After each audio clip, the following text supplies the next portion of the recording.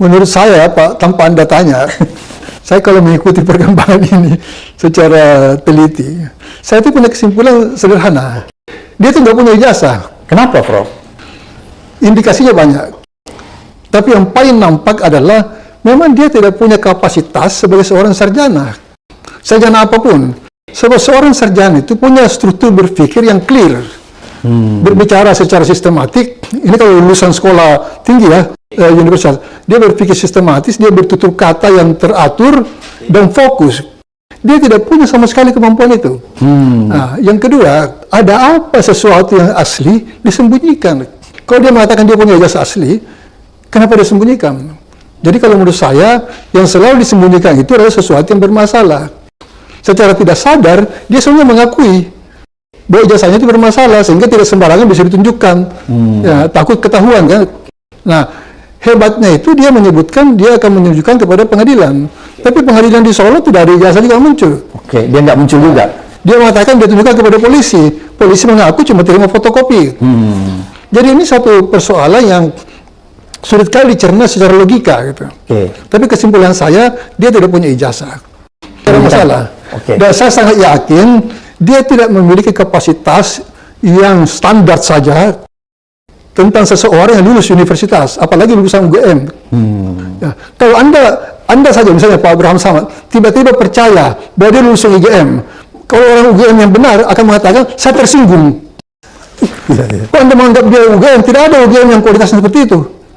Biasanya kan begitu. UGM kan menjaga standarnya. Ya, dari dulu UGM itu adalah universitas yang paling terhormat. Punya standar yang terhormat. Dulu itu di semua daerah, bukan beberapa daerah. Semua daerah itu elit-elitnya adalah lulusan UGM. Sejak tahun 50-an, 60-an. Oh, Prof tahu betul itu ya? Ya. Jadi itu ya, sekolah saya itu, IIP itu kan di bawah naungan UGM. Jadi dosen-dosen saya dulu ketika saya mahasiswa itu 75 sampai 77, itu lebih dari separuh adalah guru-guru besar dari UGM yang datang terbang ke Jakarta untuk mengajar kami. Itu tahun 75-an ya? 75 sampai 77. Oke. Jadi kualitas UGM itu dari dulu standarnya tinggi.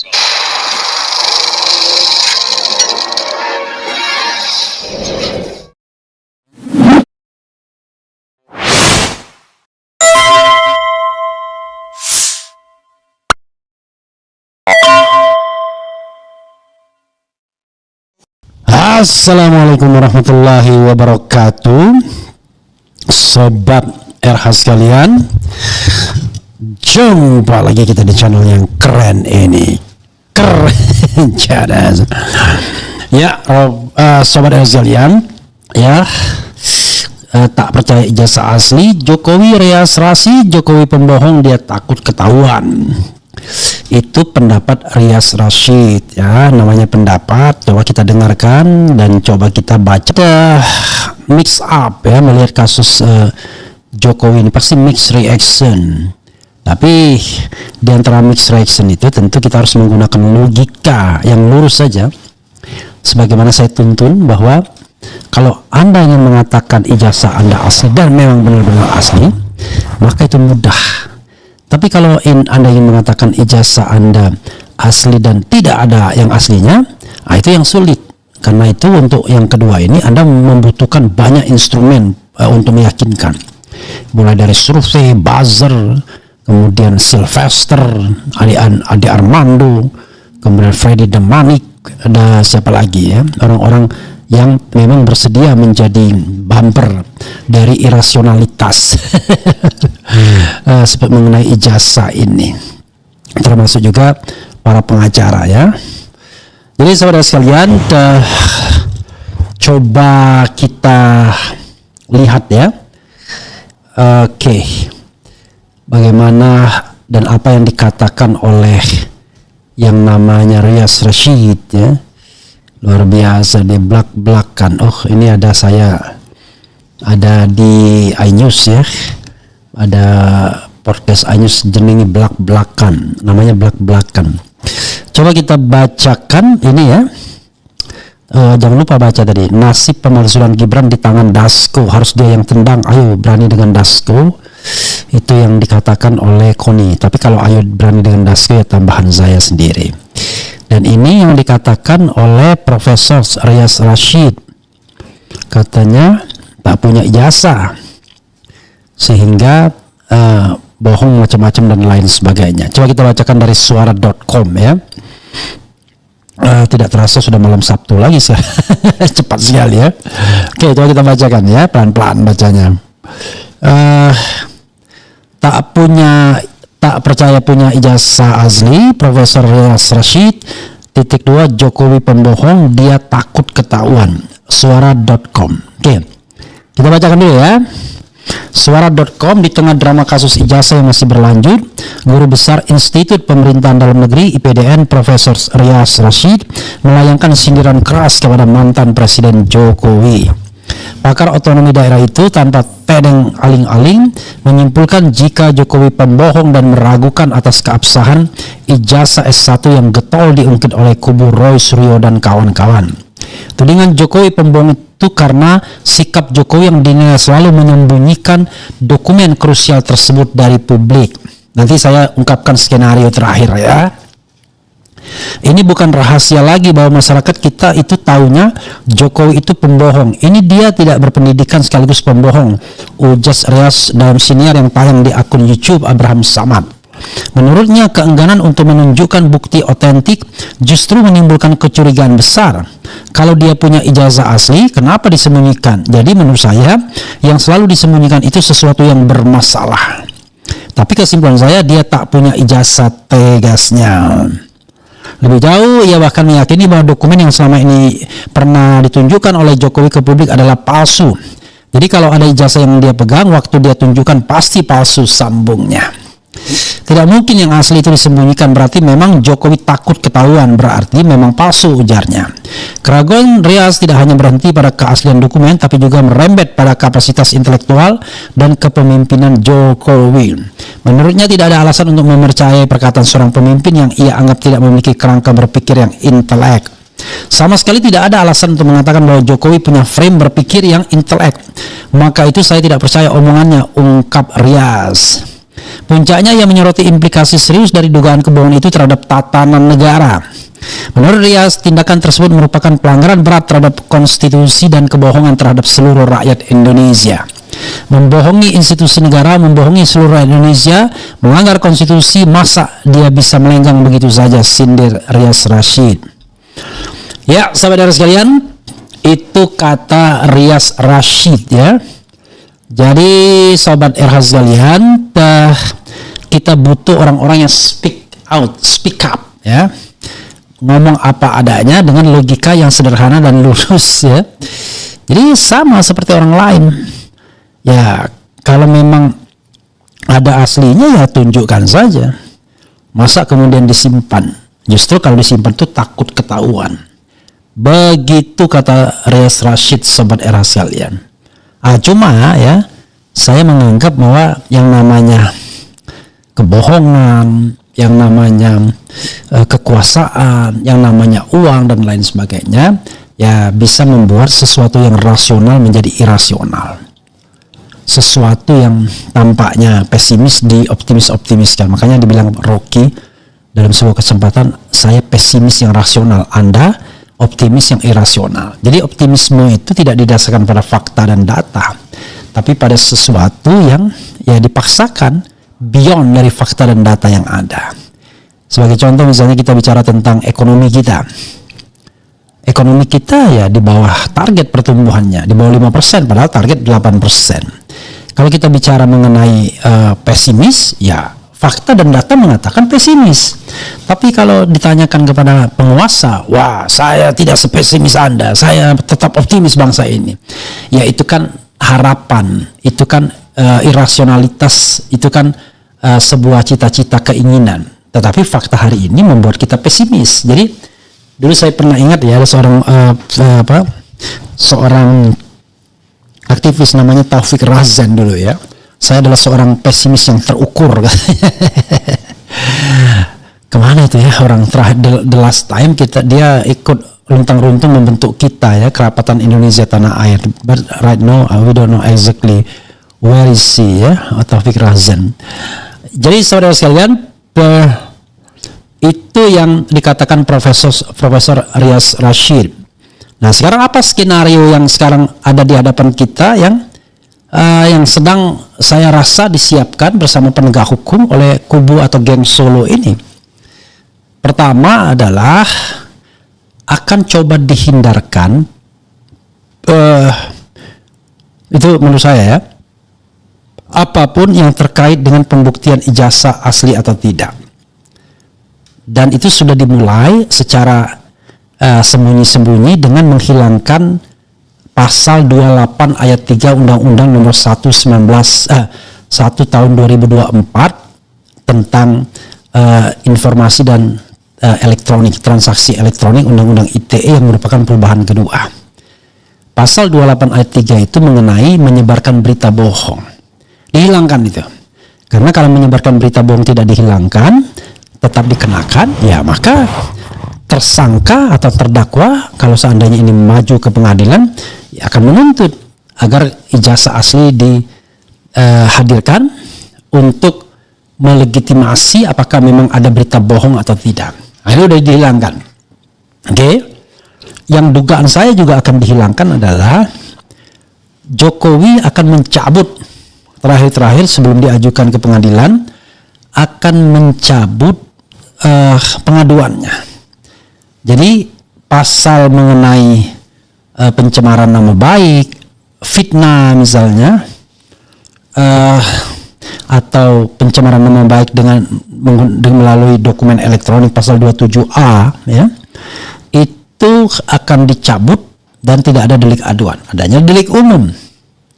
Jadi Jokowi merasa it is not my business, it is not my obligation untuk membuktikan ijazah itu asli atau tidak. Karena nothing to do with me, ya kan? Karena saya sudah menarik yang namanya pengaduan saya.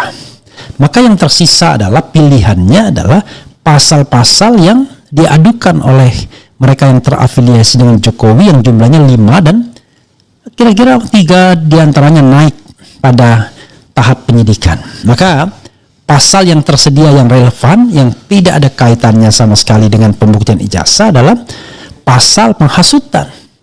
Oh kan penghasutan delik material harus ada, nggak peduli.